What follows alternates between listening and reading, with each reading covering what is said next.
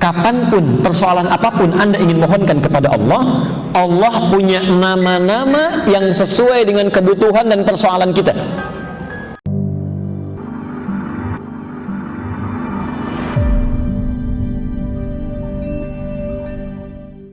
Thumma dzakara ar-rajula, kemudian Nabi mengisahkan tentang seorang laki-laki yutilus safara, dia menempuh satu perjalanan panjang menuju Allah. Saya informasikan singkat, kalau ada di antara bapak dan ibu ingin melakukan perjalanan, dilakukan karena Allah, misal umrah ya, atau mau ta'lim ini, ikut ta'lim itu kan karena Allah ya.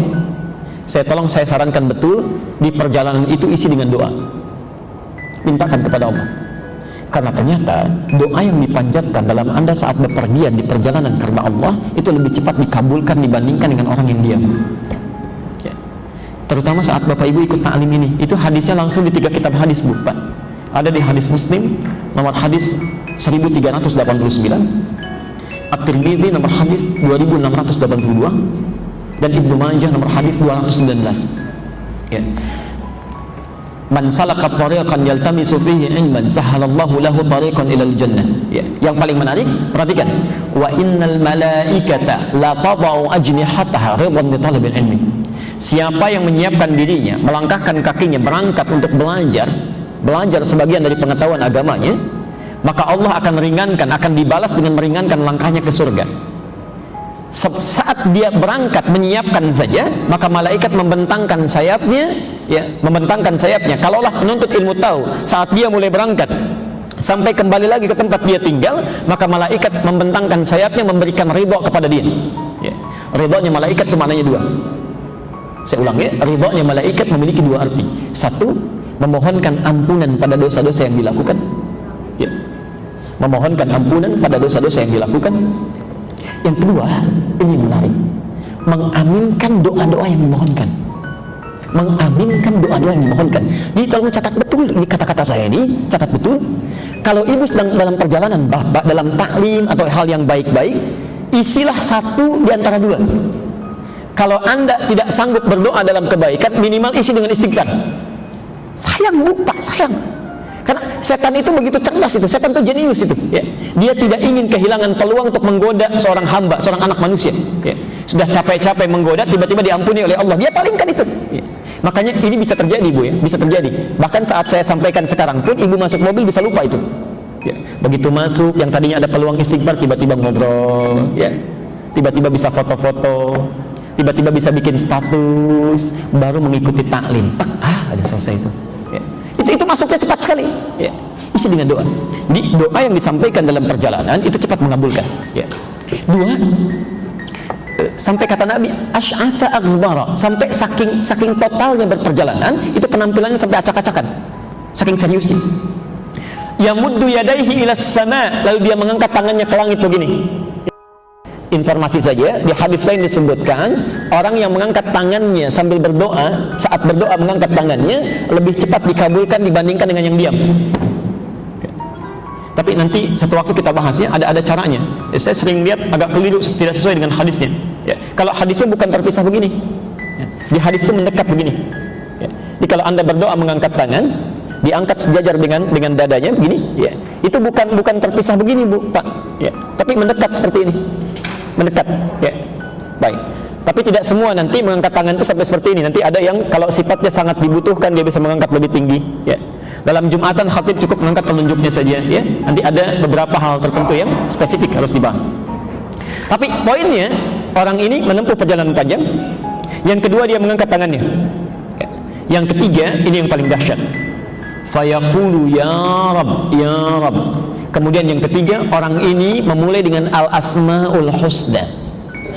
Ada ayat dalam Al-Quran yang meminta kita saat berdoa, coba awali dengan Al-Asma'ul Husna.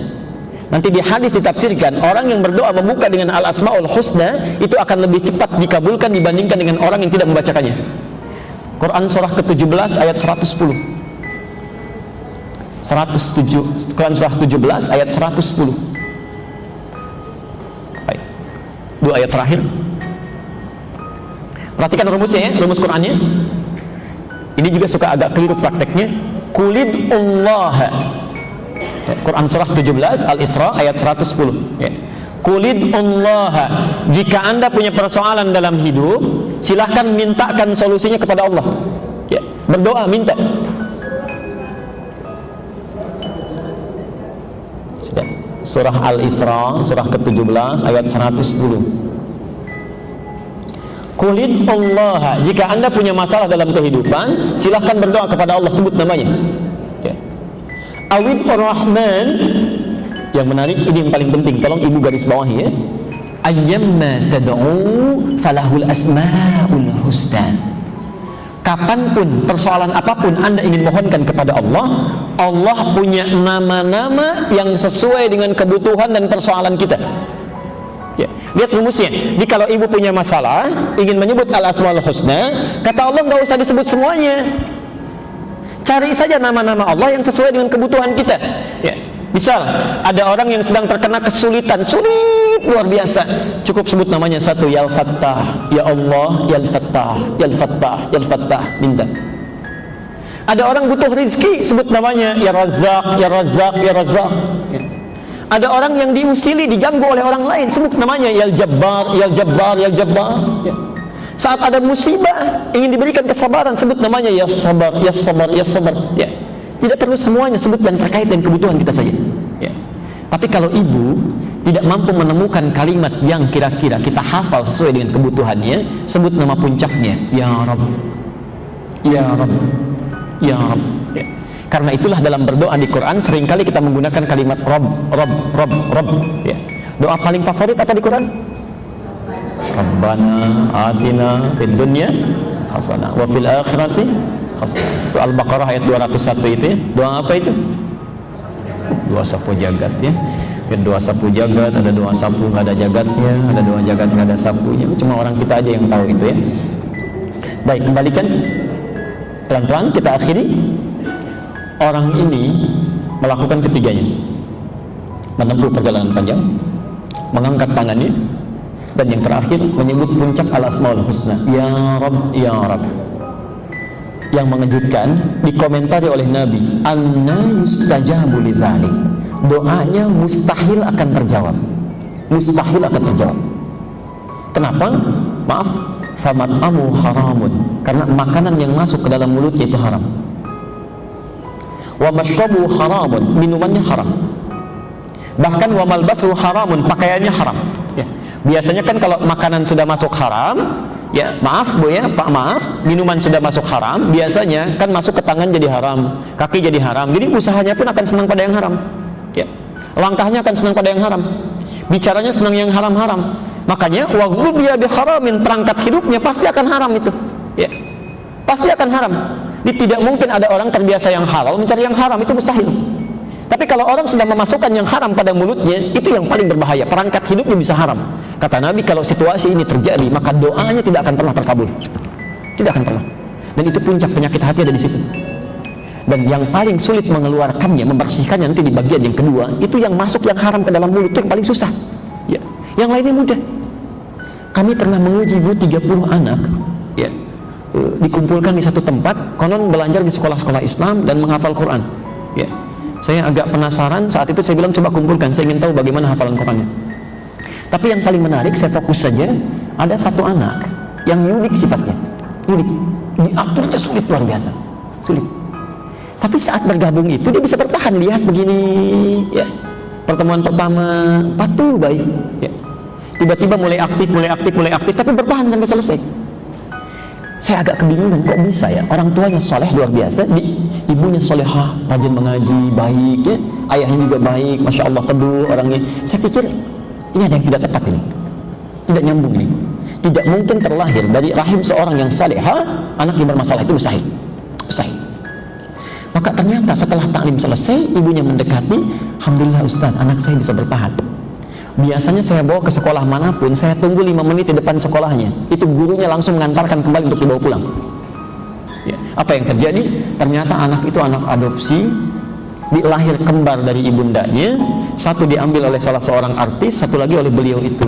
Ibu tahu apa yang terjadi? Kenapa diadopsi? Karena ibunya saat mengandung itu seringkali senang minum minuman keras, bapaknya pencuri. Yang haram tuh komplit itu, komplit ya.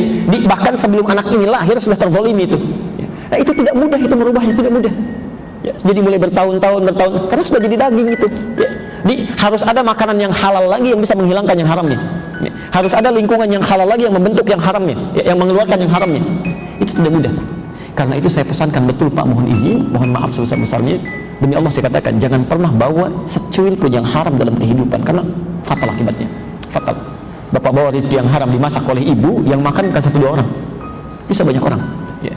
Atau setidaknya ibu pun mendapatkan yang haram dalam kehidupan diterapkan pada anak, itu sangat berbahaya. Sangat berbahaya. Bukan hanya akan menghambat kecerdasannya, tapi yang berbahaya itu akan menghambat keimanannya dan kedekatannya dengan Allah Subhanahu wa taala. Percuma Anda punya anak jenius tapi bisa maksiat dalam kehidupan. Ya. Itu yang paling berbahaya. Saya kira itu bagian yang pertama yang kita akhiri sampai di sini. Jadi kesimpulannya, jika Anda ingin terbebas dari penyakit-penyakit hati, maka jangan sampai ruang-ruang penangkap informasi ini, mata, telinga, mulut, dan yang lainnya digunakan untuk menangkap yang buruk-buruk yang dilarang oleh syariat atau dilarang oleh Al-Quran dan Sunnah Rasulullah Sallallahu Alaihi Wasallam. Maaf, kelihatannya seperti mudah, tapi prakteknya tidak semudah yang diucapkan. Ya, karena mulai bangun pun ibu bisa mendengar sesuatu yang salah. Mulai lihat TV sudah bisa melihat yang keliru. Ya, mulai keluar dari masjid ini pun bisa memandang sesuatu yang tidak tepat. Ya.